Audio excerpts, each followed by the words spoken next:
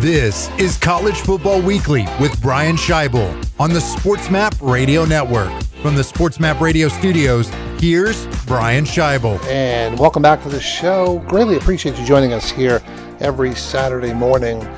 You know, coming up in a few hours from now, I'm really excited to go to the Leigh Steinberg Super Bowl party taking place here in Phoenix. It's at the Salt River Fields at Talking Stick. I do know that there's still tickets available. If you want, go to steinbergsports.com.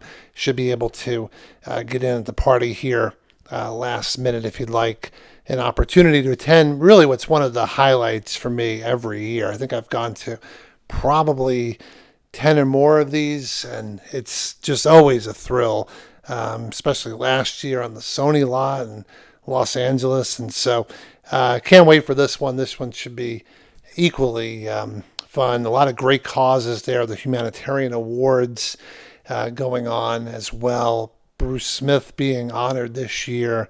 Nancy Lieberman, among others. So we had a chance to catch up with Leigh Steinberg yesterday. You may have heard it on the Super Bowl special last night, but wanted to play it again this morning as well. And here's me and Leigh Steinberg from Radio Row. I know you got some great sponsors, Fox Accelerated, Bid Nile, other companies this year. Does it still give you as much joy year in, year out for hosting it? Oh, absolutely. I designed the party as an antidote to the noisy, boozy, overcrowded, dark parties, and to try to do some good in the world. So we're raising money for the homeless in Phoenix. We're going to have another brain health summit to try to deal with the issue of concussion. We've got a display of some new healing modalities that can help everybody, but can help players recover quicker. And there are things like hyperbaric oxygen, stem cell, light stem, and we give you humanitarian awards. And so Dave Ziegler of the Raiders will get one, and a variety of people trying to highlight some of the positives. Yeah, I love the humanitarian awards part of it, and I'm certainly excited to see Nancy Lieberman and Bruce Smith there tomorrow. Where did that concept come from? Because that came a little bit later, right, from when the party originally was, right? So, really, as you look around, you see newspaper headlines relating to the sports section that are athletic misbehavior and our money hassles. And it seemed like it was time to focus on what the reality is, which is figures in the world of sports are out trying to do good every day. And what about, this Brain Summit? I know that's been a focal point for you, especially in recent years. When did that kind of become, such a, obviously something you had to make a primary objective for the party? So,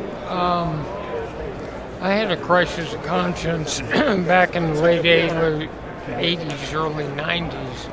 I'm representing half the starting quarterbacks in the NFL, and they keep getting hit in the head, and we go to the doctors and ask how many or too many, what's the magic number, and they couldn't give us answers.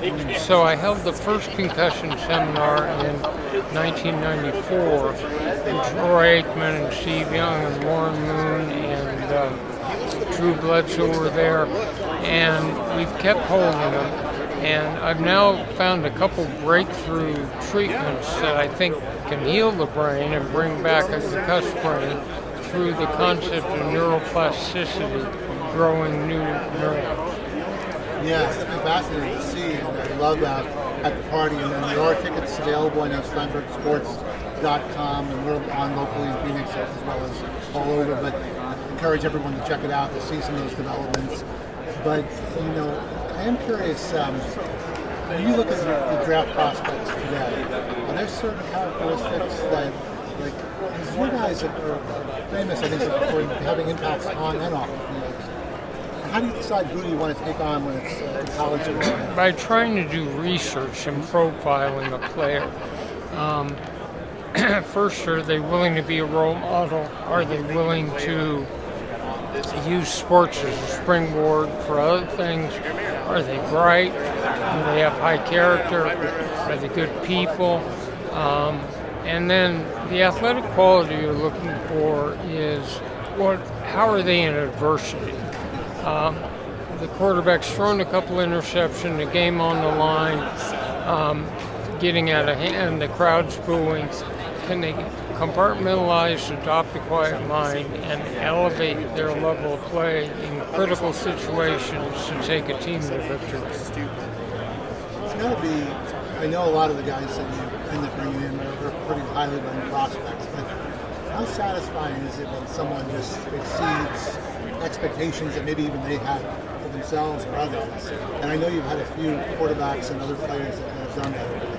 Well, we have a player right now in the 49ers, Talanoa Hufanga, and he was a third rounder where you're looking at him, he's a great football player.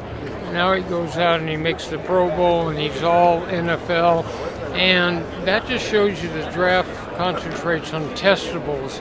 And if you run a really fast 40-yard dash, then you can elevate your draft status, but it doesn't measure whether someone can find the ball and tackle someone or whether they can run a route where they catch the ball. Yeah. Certainly, I know all eyes are on one client in Kansas City. I almost feel like has Patrick Mahomes reinvigorated you a little bit in terms of this, part of this time of your career? I know you've been at this for many, many years, but to have, maybe the best out there right now has got to be something else. I started in 1975, so that would make this my 49th draft. And but what keeps it fresh is just the success of young people. It's if you like Patrick Mahomes on the field, you'll love him off the field because he's rounded, centered. He's a really nice human being. Drinks 6'6" or whatever. Very rooted and basic values. So my show is primarily college football. Of course, we're Super Bowl this week, but this is a question I've been wanting to ask an agent for a long time, and so none better than you to ask this question.